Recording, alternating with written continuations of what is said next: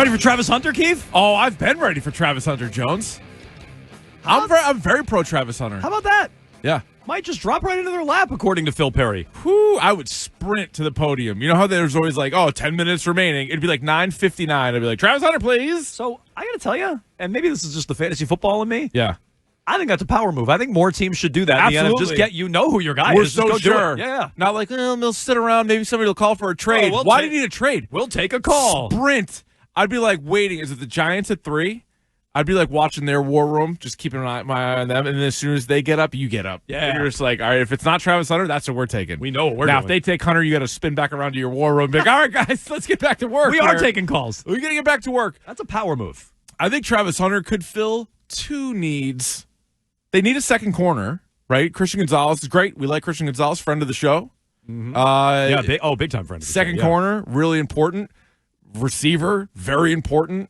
I also just think like a dynamic player. Like add that to the mix too. He's unique. Nobody's doing this. Nobody's playing both ways. You can get into how much will he play both ways. Elliot Wolf, he had the line about he'll major in one, minor in the other.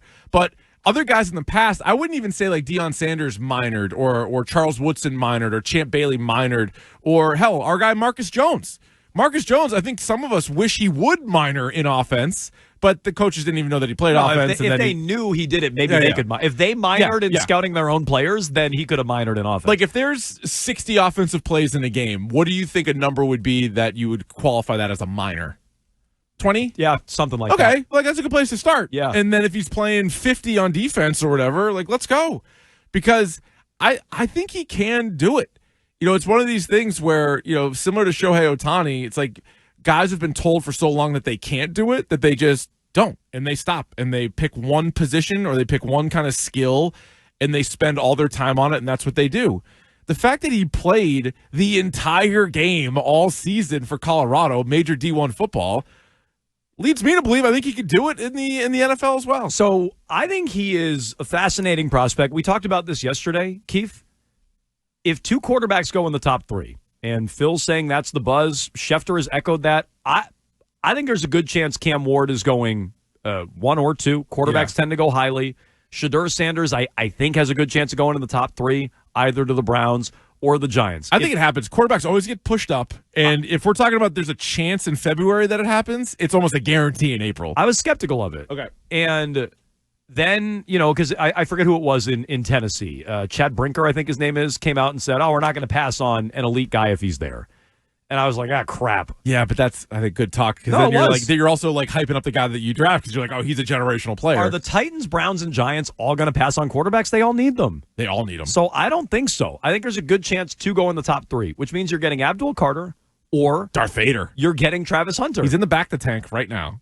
Who would you prefer real quick out of those 2? Travis Hunter. So I would prefer Abdul Carter. That swung for me at the Super Bowl. Even with the bum foot? Yeah, I'm not worried about the foot. No, I think he'll be fine. And Drew Rosenhaus came out. It's an agent. Oh, Drew Rosenhaus said he'd be fine? Well, no, he didn't say he'd be fine. I mean, he did say that. Yeah. But it's an agent. It's agent speak, so who knows how literally we should take it. But he's like, I'm confident he's going 1. He's like, he's going to go 1 regardless of this. I believe Abdul Carter will go before Travis Hunter. I think it's more likely Hunter falls to you at 4. Yeah. But if one of you's there at 4, you take him. If neither one is there and a quarterback's there, I would look to trade down and get the most you can get. We can get into that coming up. Travis Hunter, to me, is a very unique blend of a safe pick and also a pick with home run potential. Oh, my God. Big-time home run potential. I think he's exceptionally safe because I think he's going to be a high-end corner in the NFL. Yeah, right. Worst-case scenario, you get yourself a starting top 10 caliber corner. A high-end corner who moonlights on offense, minors in offense, if that. But if the pick hits, you have a two-way player who is an impact receiver. And I cut some of this out from Phil Perry, but Phil Perry on the Next Pats podcast, NBC Sports Boston, went on to say, the scouts are buzzing in Indianapolis about Travis Hunter as a receiver. The ball skills, which you heard there in that clip, he compared him to, and I don't know if I feel strongly about this comparison, but this is what Phil said. He compared him to Devontae Smith of the Philadelphia Eagles. You don't see that either, right? Not really.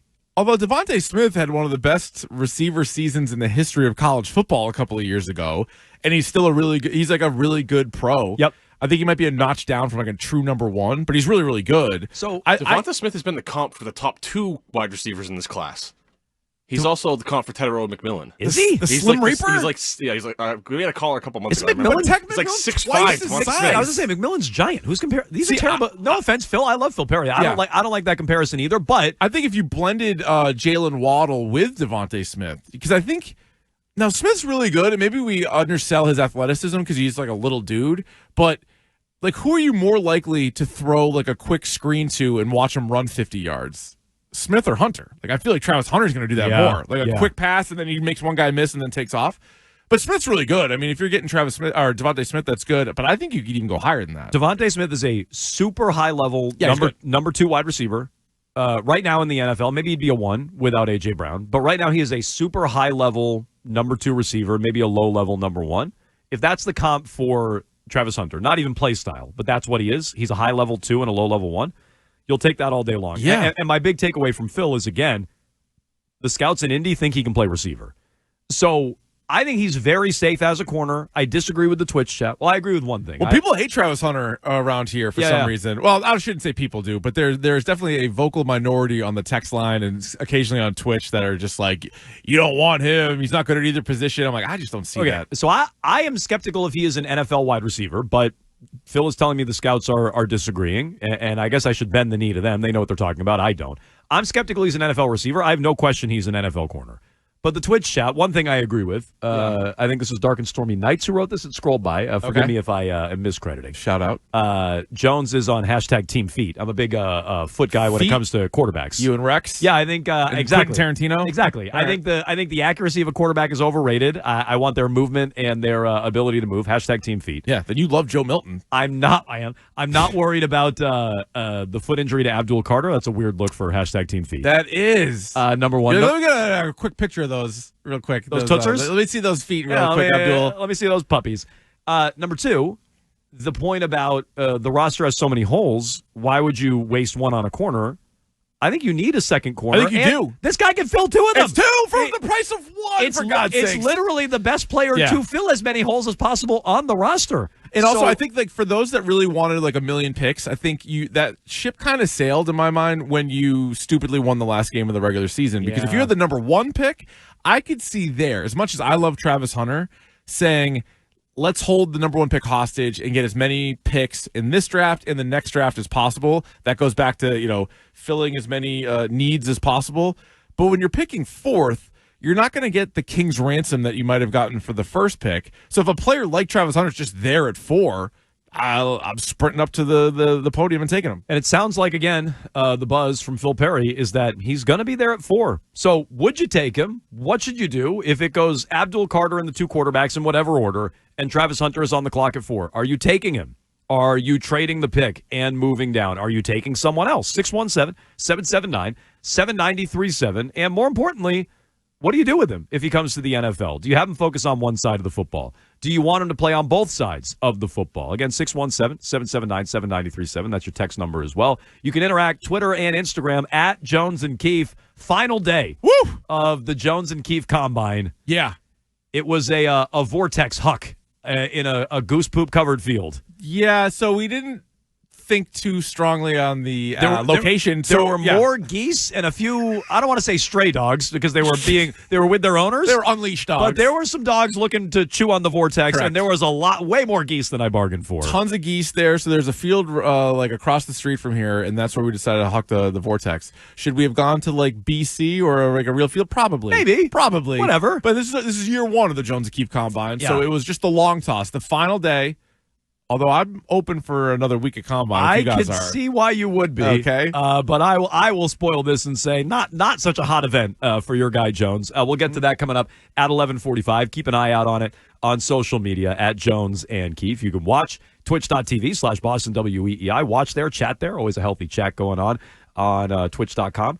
And also on YouTube. Just subscribe to WEEI. Real quick before you weigh in on Hunter, Keith, let's hear from him. He was asked yesterday at the Combine. It's a quick exchange. Where are you interviewing? Where are you working out? What are you hearing in terms of feedback from teams about wide receiver or corner? Here's Travis Hunter. I did some meetings at receiver, did some meetings at DB, so it's still up in the air.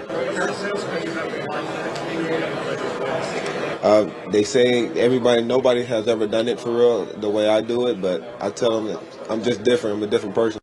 I'm a different person. I'm just different. Love it. He also talked, too, about how important it is to be the number 1 pick. And so I feel like if you get him at 4, isn't he a little peeved? Heck yeah. It's like Paul Pierce getting drafted 10. Like, I think he's going to be a little annoyed that 3 teams made a huge mistake not drafting a guy who is a little bit different and who can truly play 2 different positions in the league. So, no, he was like, as the season was playing out, obviously he had a tremendous college season, but the combination of that with how bad the Patriots were, knowing the Patriots were going to have a high draft pick, he was the guy like all year long I've been kind of focused on. Like that would be a great pick to get. And now that you're just sitting there at 4, and let's hope Abdul Carter is, I think the foot stuff will probably end up being fine. And then the 2 quarterbacks, have a decent pro day, each of them. Those teams are desperate for quarterbacks. They take their quarterbacks, and then the Patriots have a choice. And then this will go back to classic Bill Belichick drafts. For 20 years, I would scream about a player that I wanted. And do you think they ever drafted him? Nope. No, they didn't. No. Now, again, sometimes it worked out great. Sometimes it did not work out great. But I wonder if the obvious guy will be – because this is a new wave, right? This is Mike Vrabel, Elliott Wolf in his second draft. Last year, first-round pick was painfully obvious who they should take. This year, less so. So what do they go with? Do they trade down? Do they talk about the trenches, right? A lot of trench talk. Travis Hunter plays 2 positions, neither are in the trenches. Correct. So that would go away from look, and there's reporting today. Mark Daniels, we'll get to it in a moment. Bedard's talked about this. It's Graff, right? No, Kraft. Oh, Chad Kraft. Yep. Had his report yesterday about the trenches, and they're going to prioritize it. It is the time of year where it's like maybe the Patriots are trying to throw people off the scent. True. You know what I mean? Maybe they're saying it at face value. Maybe they're telling you what they're going to do and forecasting what they're going to do. Or maybe they want it out there that they're focused on the trenches so they can go a different That's direction. possible. No doubt. And so I wouldn't rule that out. I think it's most likely the way Vrabel built his teams in Tennessee, or the way they built teams while Vrabel was in Tennessee, that they're going to build along the O-line and D-line. He's from the Bill Belichick school. I know people don't want to put him on Bill's list of, his coaching tree, but I think Vrabel takes a lot of the hallmarks and tenets from Bill Belichick. That's what Bill did early on in his time in New England. So that's probably the most accurate thing. But I wouldn't say they're a done deal building on the trenches. And you can build on the trenches and still take a guy like Travis Hunter at 4. You can build in free agency on the O-line. You can use your second-round pick. You can make trades. Like, just because you're going to build along the trenches doesn't rule out you could still take an athlete like Travis Hunter at 4. Well, this roster is so bad where it allows you to sort of answer this question the same way, where they're like, do you want the best player or the biggest need? It's like, yes, because every single position outside of quarterback is a need. So whoever the best player is, it most likely would also fill a need. So it's like Travis Hunter, it'd be 2 birds with 1 stone. So if they with Travis Hunter, literally is that. Yeah, literally is that. But across the board, the only thing that would be really shocking and useless would be drafting Cam Ward or Shedeur Sanders. Everybody outside of that is like, okay, I could see why you did that. So just a real quick yes or no. I know your answer. You would let Travis Hunter play on both sides of the ball? Yes. Same. I don't really. I wouldn't take him at 4 if I didn't. I don't understand the argument against it. Yeah, I don't either. Like, let him focus on one side of the ball. Like, I'm. Do they think he's gonna be tired? Okay, or like what are they? Maybe, or injuries? Right. Or what are they worried about? Maybe it's like you get 75% out of him on both sides of the ball instead of 100%. I don't know. I don't understand the logic. I am skeptical. He's a high level full time NFL wide receiver. I'm skeptical of it. But if I draft him, I'm letting him try. I'm gonna roll him out there and let him do it and prove to me he can't do it. I'm gonna give him the opportunity. I don't get the people who don't want him to do it, or maybe just don't think he can do it. I don't think he wins the Heisman if he only plays one side of the ball, and I don't think that he is in the conversation as a top 4 pick if he only plays one side. He might be a low first-round pick corner and maybe a low first-round, second-round pick wideout, right? Like, which is great. Yeah. Like, he's really good at both, but it's the combination that kind of vaults you to the top of the list. And on some people's boards, I'm sure is the best player, right? Like, the quarterbacks are going to get drafted really high. Mm-hmm. And that last year might be one of the few years where the quarterbacks were also the best players, right? Like other years, they get drafted higher, but we really like this lineman, or we really like this edge rusher, or we really, maybe even a corner or a wideout.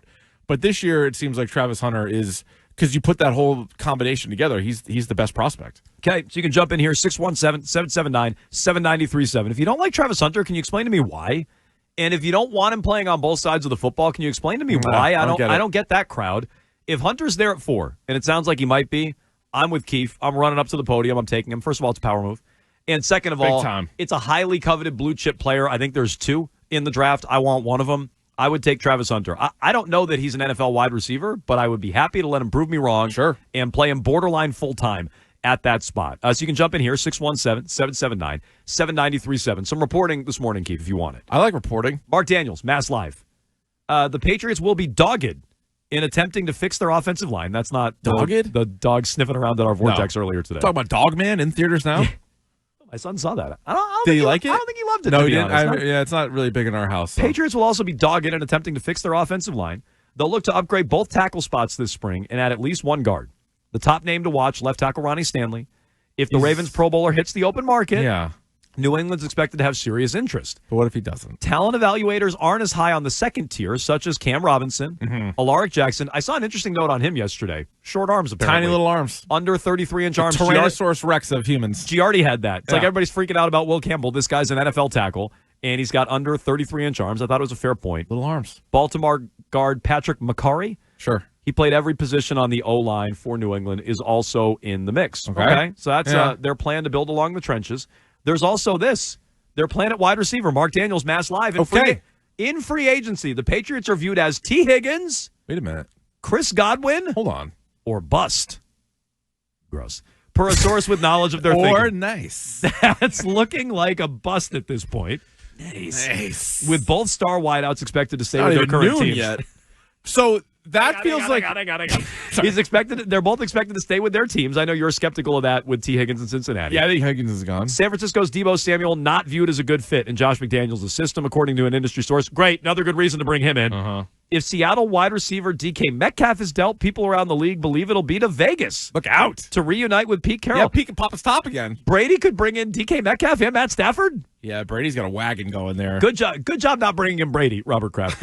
At this time, the Patriots aren't suitors for Rams veteran Cooper Kupp in the trade market. So they're out on Debo, they're out on Kupp. They're not going to get Metcalf. They want Higgins and Godwin, but those guys are likely to stay with what the hell's the plan? What is their plan then? I don't know. Well, maybe Travis Hunter's even more important. I guess. Good point. You know, maybe him as one of the wide receivers, even though that's a really young position group. So when you first read it to me that it was, hey, it's Higgins or Godwin in free agency or bust, I was like, yeah, that makes sense. There's a pretty drop-off after those two in free agency. Amari Cooper or something like that? Yeah, because everybody else is a trade. And then when you also mention all these trade possibilities that are unlikely, you're like, oh, wait, what? Like, that's my point is the other week we both came up with 5 wide receivers that we really want this offseason. And you can call it a pipe dream or a wish list, whatever. But we each came up with 5. And we had some overlap, but we were also picking from a pool of like 12 different players, right? And if they don't get any of those guys, like, what is that? Like Devontae Adams, Deebo Samuel, DK Metcalf, T. Higgins, Chris Godwin. Because my guess is most of those guys change teams. Kupp and Samuel are getting traded. DK Metcalf, maybe more of a coin toss. T. Higgins, I think, is gone.